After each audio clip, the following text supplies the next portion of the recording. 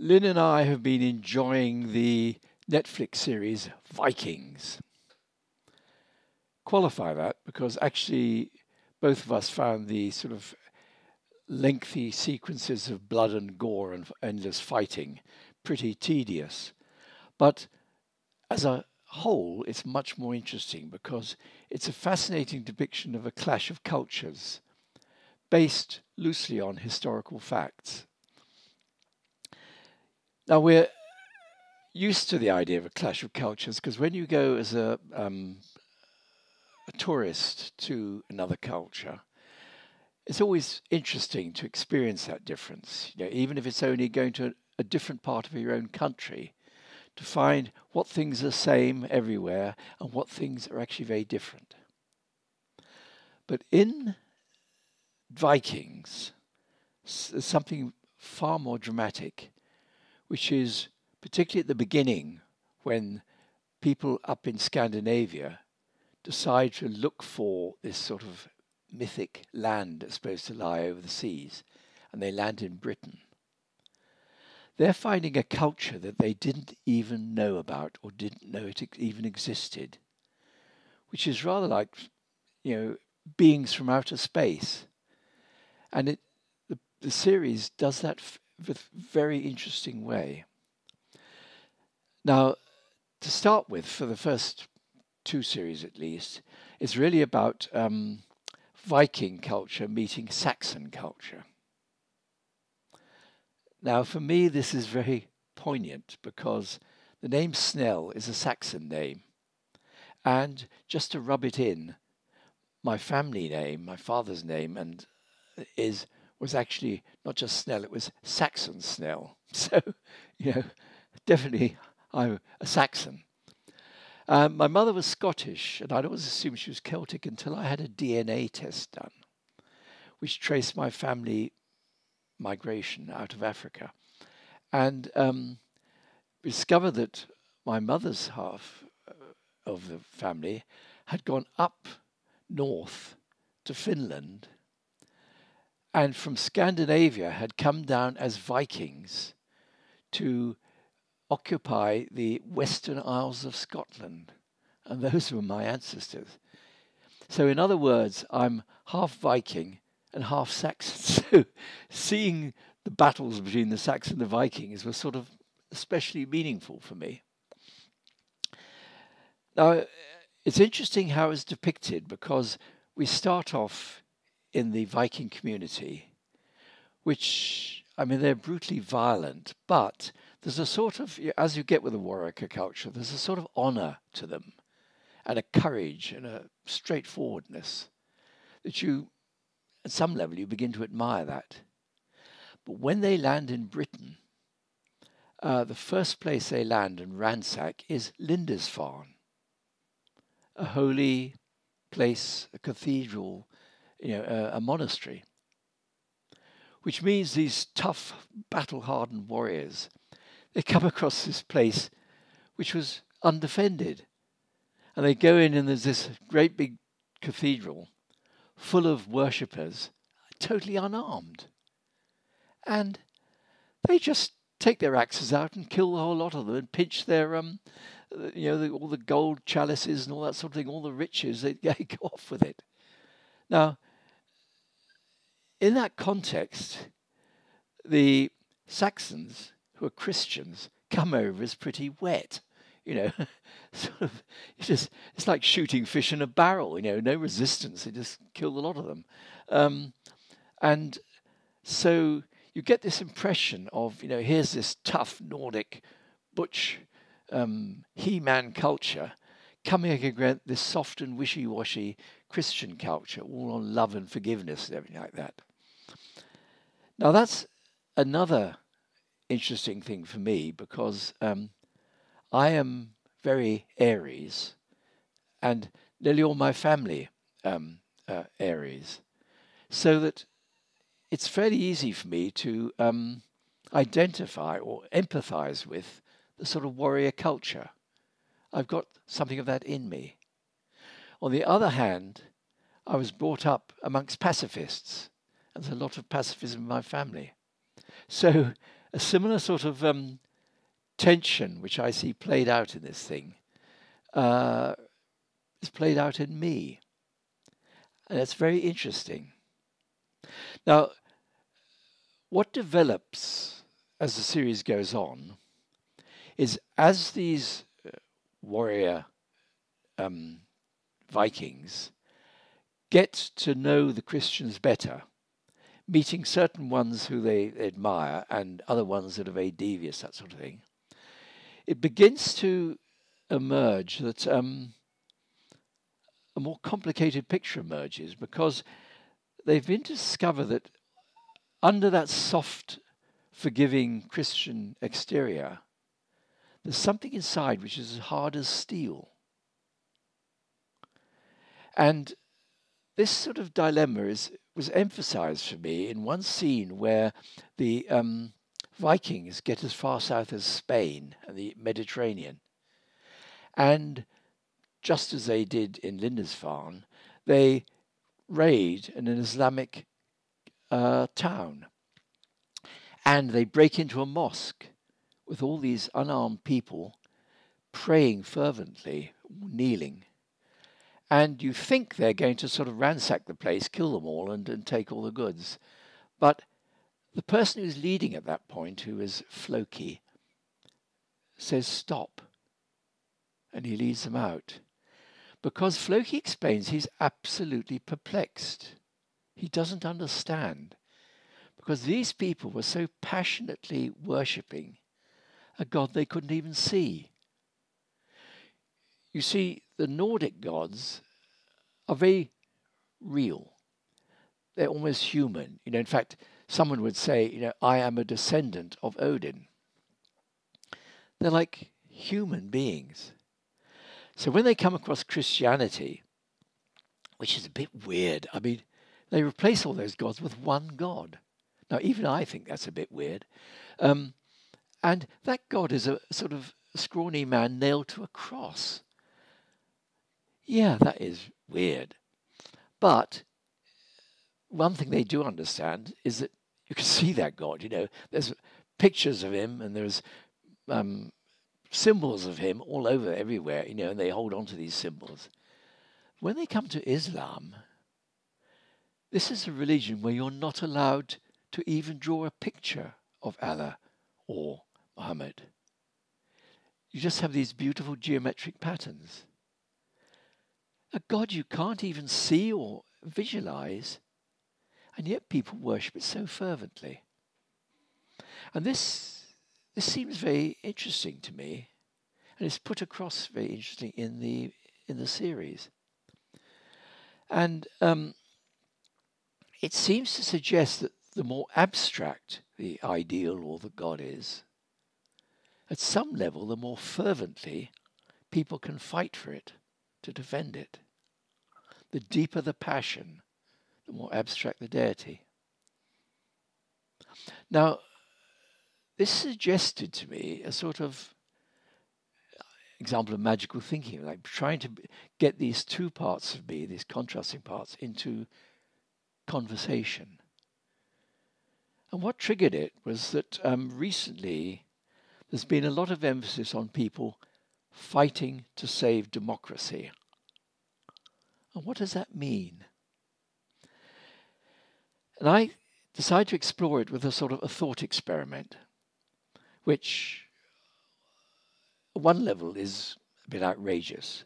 Imagine yourself on the battle lines of a fierce battle of the sort that's going on in Ukraine.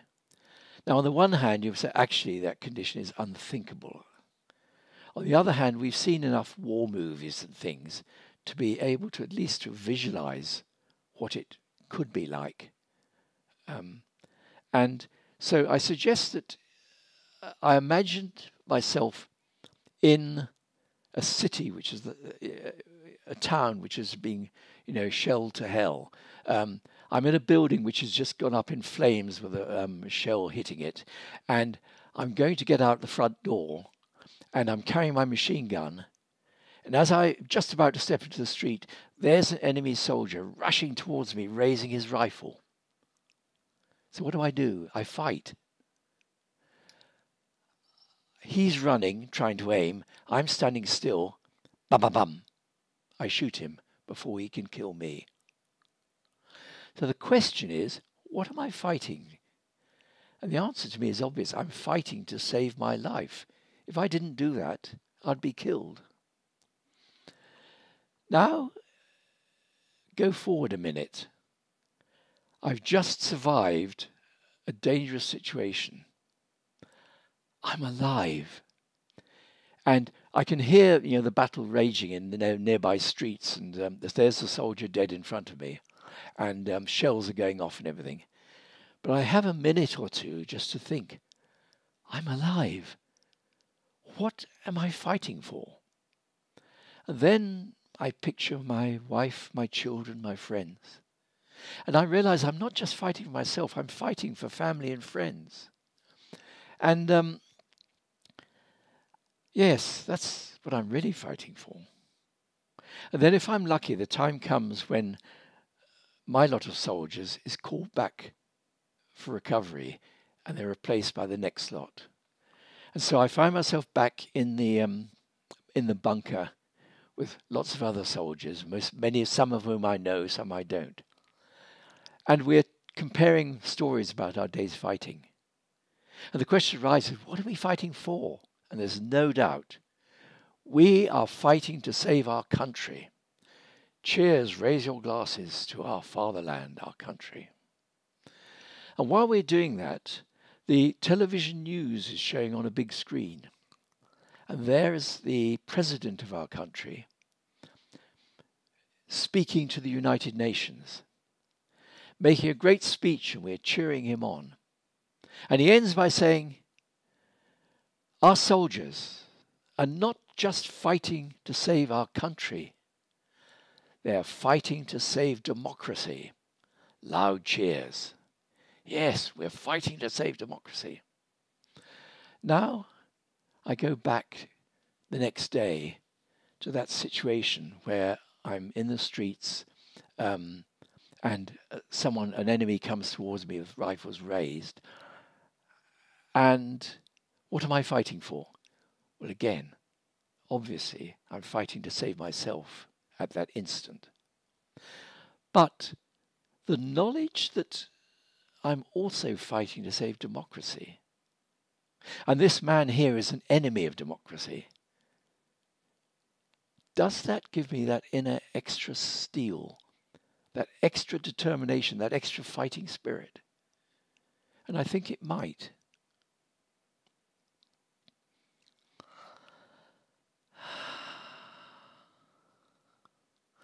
So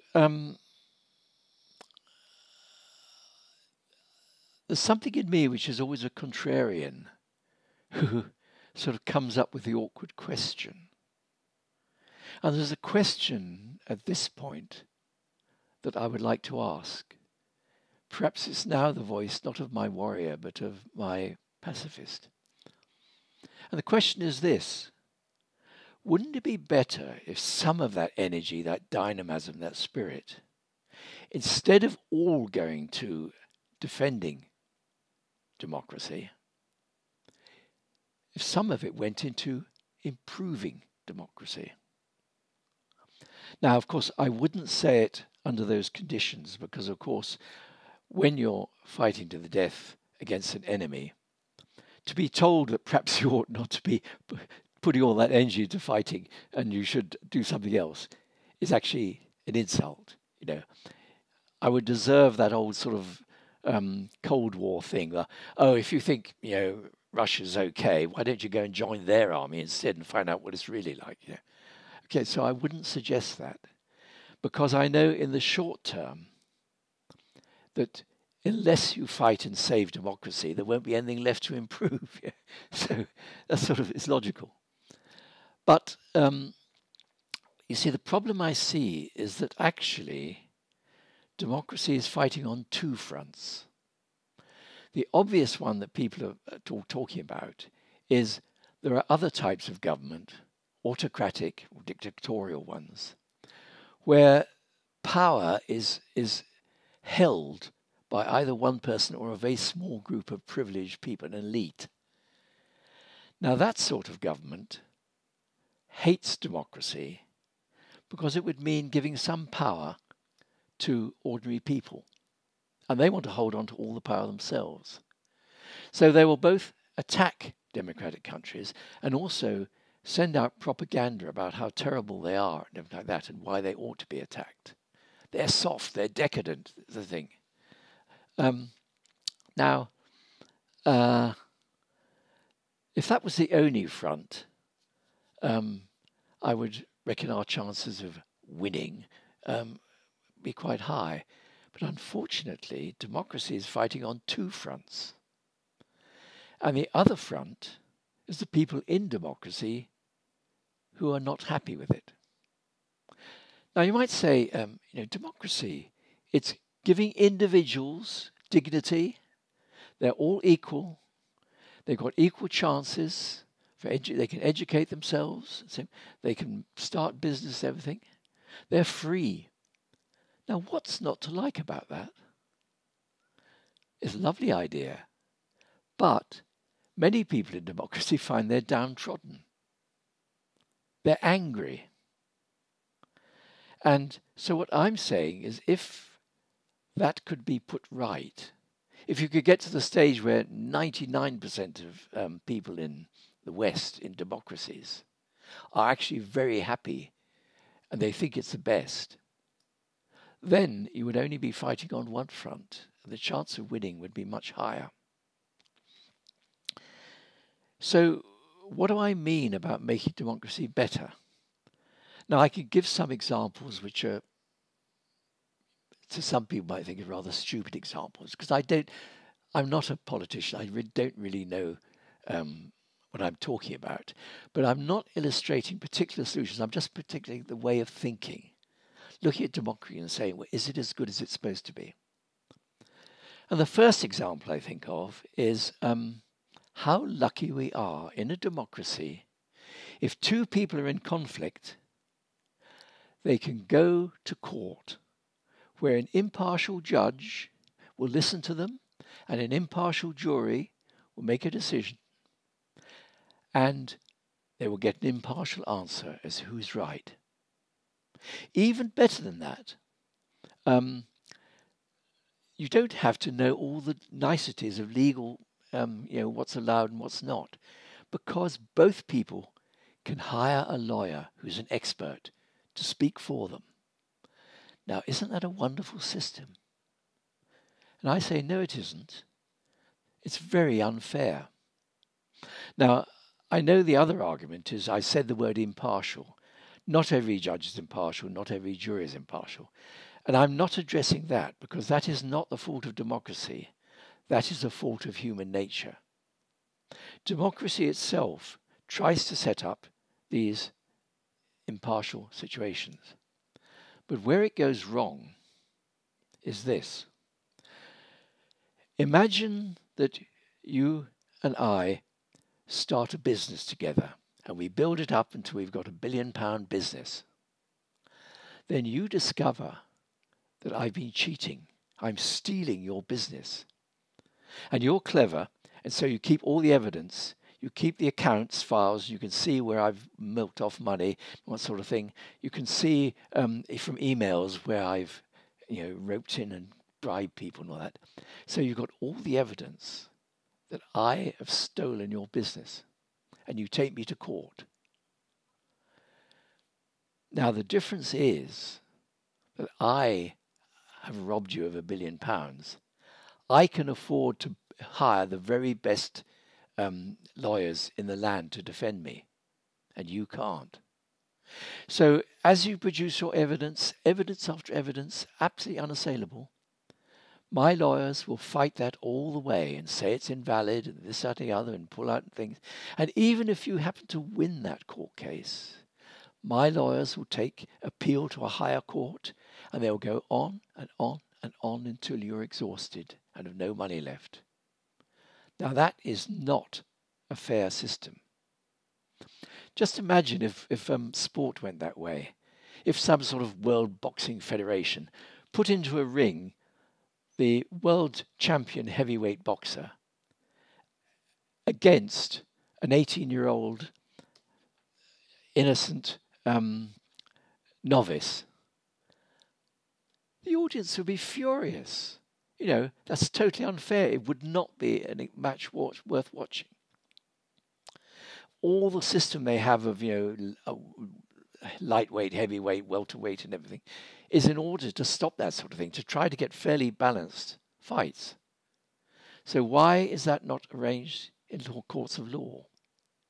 We need some sort of law on the lines of, if one person can afford £1 million for his defence, he ought to be made to have an interest-free loan to the other person so they could get up to a similar level of defence if they wanted to, or something like that. Because without that, the system, which is meant to be so fair, is very, very unfair.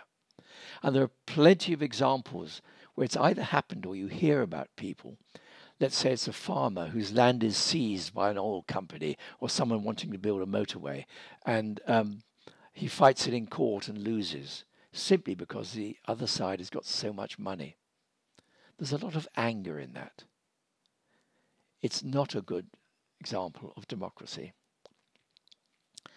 Another example, I've really talked about this in a separate video where I talk about the paradox of populism. And to me, it's the fault of the voting system, where you win votes on promises rather than what you deliver. So a populist party is typically one that is winning the votes of disadvantaged people, people who are downtrodden. And the paradox is that the more they're downtrodden, the more of them there are that are downtrodden, the more votes you're going to have. And I talk that through. And a particular example you see is in South Africa, where there was a time when a very small minority were the wealthy ones. They were like a rich middle class, and all the others were downtrodden. Now, with the collapse of the Nationalist Party and the rise of Mandela and that, the ANC, which was a liberation party, changed the laws so that now anyone could start a business, start to earn money, and could send their children to be educated and everything like that. And that meant a growing middle class was spreading across South Africa. More and more people, it's still a minority, but more and more people are becoming middle class. Now, the middle class is the enemy of the dictatorship or the one-party state. Because if people are educated and free, it means that they can afford to take choices, which means some of them begin to vote for other parties, which means the votes for the ruling party begin to go down. Now, the government understood that about 2010 or so. And there's a movement called the RET movement, which realizes that it's better to work with gangsters and criminals to rob and destroy the economy, make the power, the infrastructure break down, reduce electric power, have potholes on the roads, that sort of thing, which means that more businesses fail, more middle-class people find themselves out of work and back amongst the impoverished one, and your voting potential goes up. Now that is to be a very sort of sick example of democracy, but it's what happens. And so, again, I don't have a realistic solution, but instead of votes being won by making promises which everyone knows they won't keep, it's a pity there isn't something rather like YouTube likes, where when a party's in power, everything they do which actually works and makes things better for people, they start scoring likes. So when it comes to the election, it isn't just a question of who votes for their promises. They start off with this sort of backlog of likes as an advantage, which the others have to try and catch up with. Something like that, just something that actually they could win votes on what they deliver rather than just what they're promising in the future. There's a third example for me is the whole question of taxation and profit. Now, no one really loves taxation, but in a democracy where you have voted for the government, it obviously makes sense that some money should be paid into the common good for things like infrastructure or an army or roadworks, railway systems. It makes sense.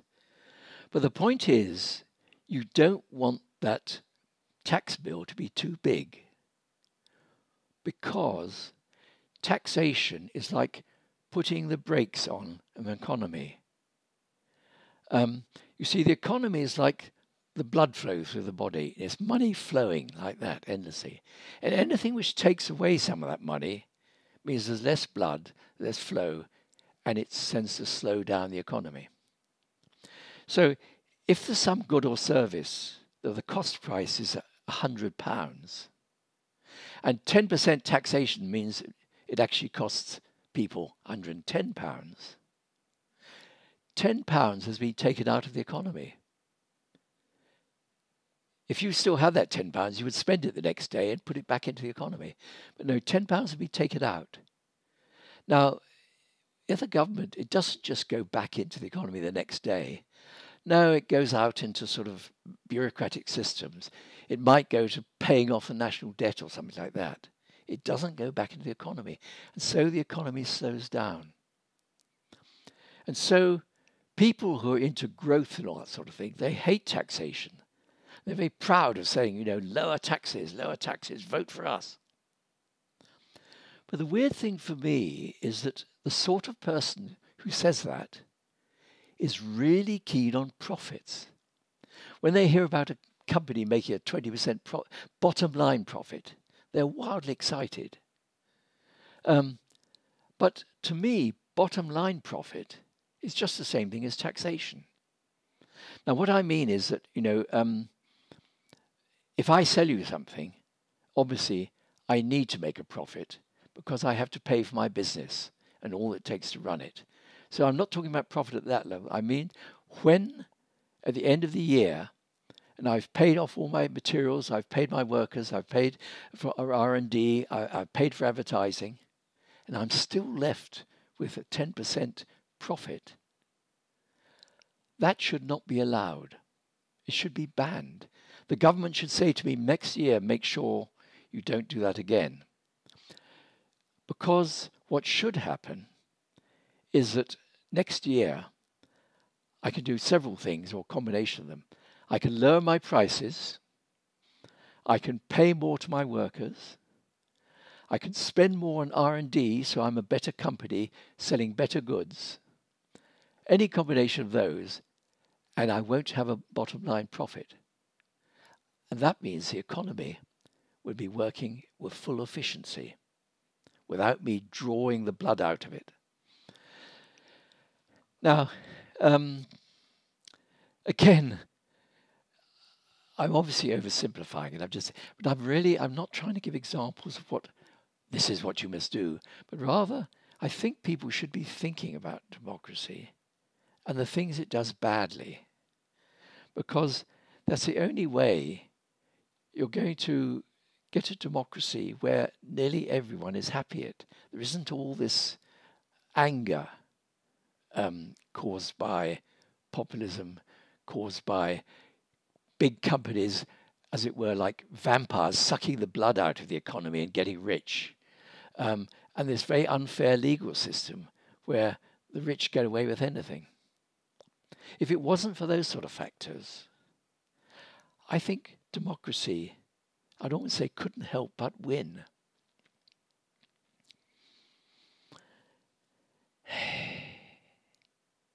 So that really is why I make this suggestion. Might it not be better to be thinking about how to improve democracy rather than only thinking about how to save it? Now, the obvious answer to that is, okay, I agree, it's the wrong time to say it while people are struggling to save democracy. But wait till we've won. Let's imagine that, the West triumphs, Russia collapses, China's government goes back to being capitalist like the rest of us, and so on and so on and so forth. Triumph. Now, surely we ought to say, how can we make our own system better? But actually, battles don't work like that. People would be so triumphant that they would just say, we've proved it. Our liberal democracy is the solution. It's everything. Because that's what happened in the early 90s with the fall of the Soviet Union. There was an opportunity to see if we could learn something from the Soviet way of doing things. Now, I agree I wouldn't want to live in that society, but they did do some things rather well, like reducing poverty, having housing for everyone. Might we not learn something and actually come out with a better democracy for that? No, people said it's the end of history. We've proved that our system is the best that could possibly be. And I'm sure some same sort of thing would happen in the case I'm talking about. As if, do they really think we've got nothing to learn from China, say? China, which has done a tremendous job at reducing poverty. It's still got terrible pollution, but it's doing more to overcome that pollution than we are. And is developing a green industry. There's plenty of things, and you can't call it an economic failure, but anyway, there's plenty of things we might learn from China. And just to say, hooray, we've proved we're better, to me is ludicrous. So, to go back to the Vikings. This thing of the sort of, democracy, like Christianity, is sort of soft on the outside. And yet, it does have a sort of steely hardness inside it that'll fight to the death. And that's quite interesting. So, what happened in the Vikings?